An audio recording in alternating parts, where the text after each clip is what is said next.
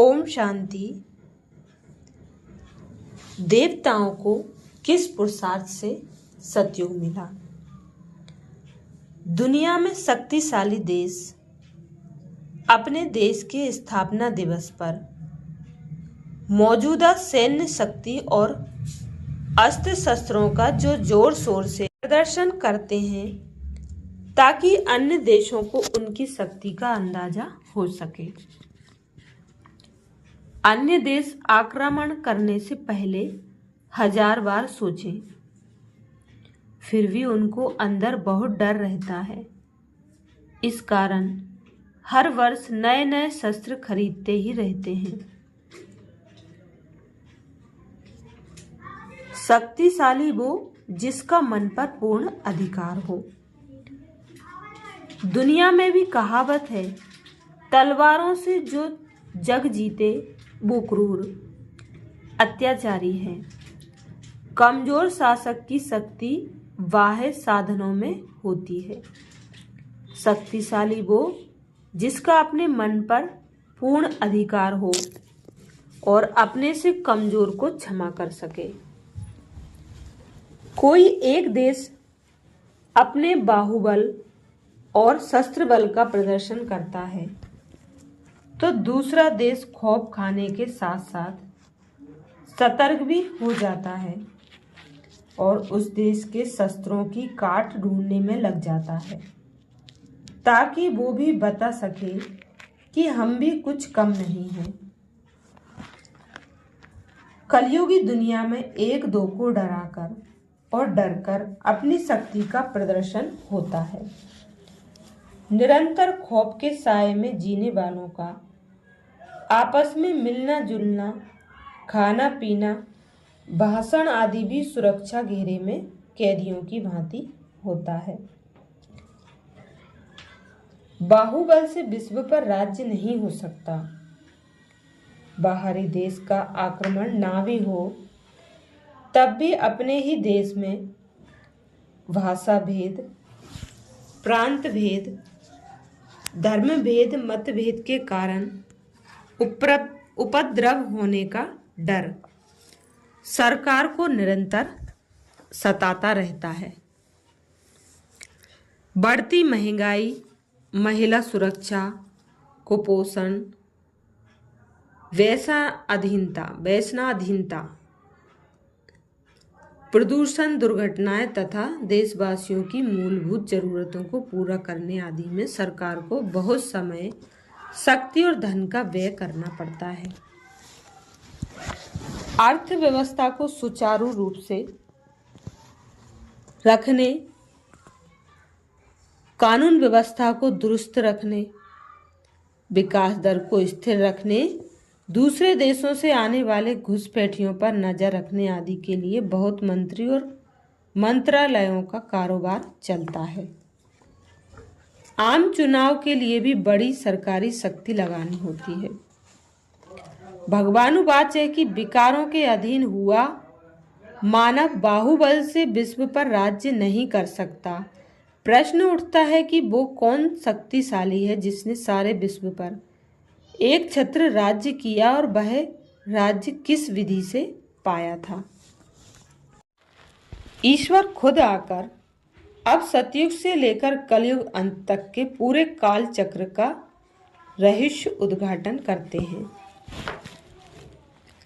कि सतयुग और त्रेता युग में पूरे 2 युगों तक देवी देवताओं का समूचे विश्व पर एक छत्र अटल अखंड राज्य था।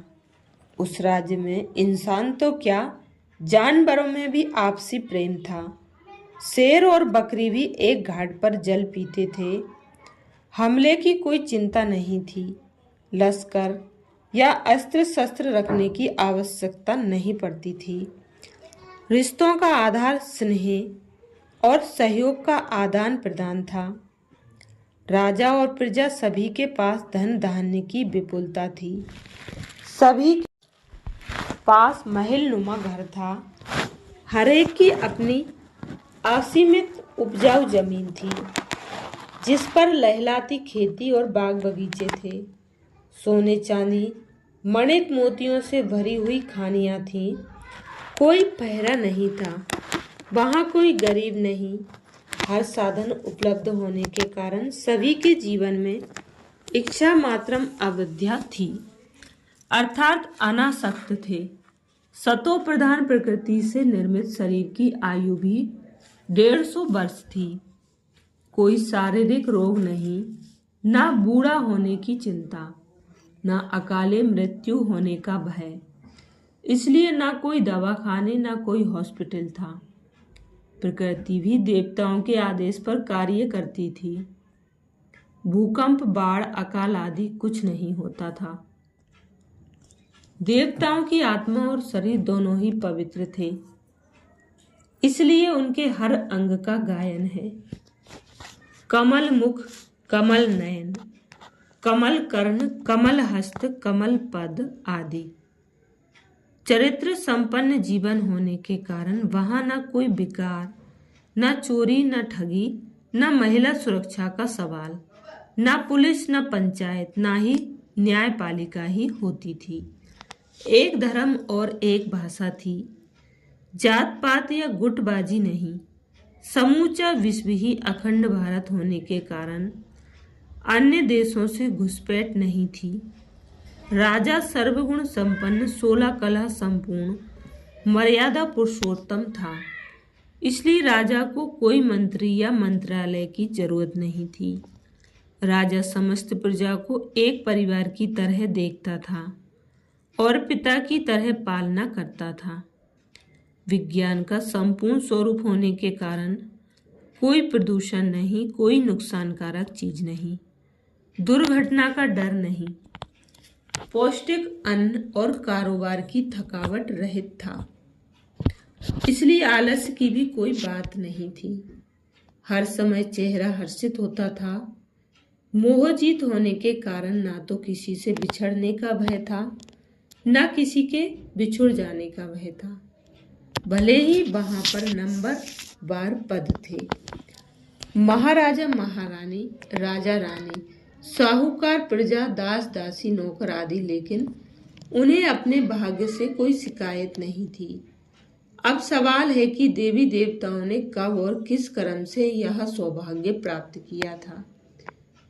यह सौभाग्य कलयुग के अंत और सतयुग के आरंभ काल के संगम पर साधारण नर और नारी रूप में सर्वशक्तिमान परमात्मा की श्रीमत पर श्रेष्ठ कर्म करके हासिल किया था, जिस श्रीमत का शास्त्र श्रीमद् भगवत गीता है।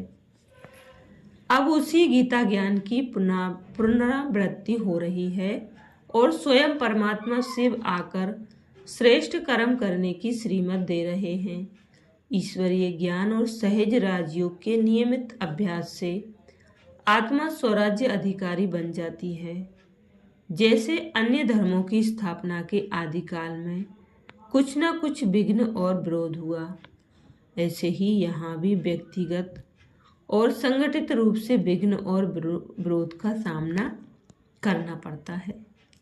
लेकिन ये विघ्न और विरोध न सिर्फ अपने पूर्व जन्मों के विकर्मों के हिसाब किताब चुकता कराने में सहायक साबित होते हैं, साथ साथ भविष्य में राजाई कराने के अनुभवी भी बनाते हैं। इसलिए ये विघ्न और विरोध शुभ संकेत हैं। परमात्मा पर अटूट निश्चय और धैर्य की शक्ति से बड़ा शस्त्र इस दुनिया में अन्य कोई नहीं है। ईश्वरीय मत पर चलकर ऐसे श्रेष्ठ सौभाग्य के अधिकारी बनने का शुभ समय अभी है। अच्छा, ओम शांति।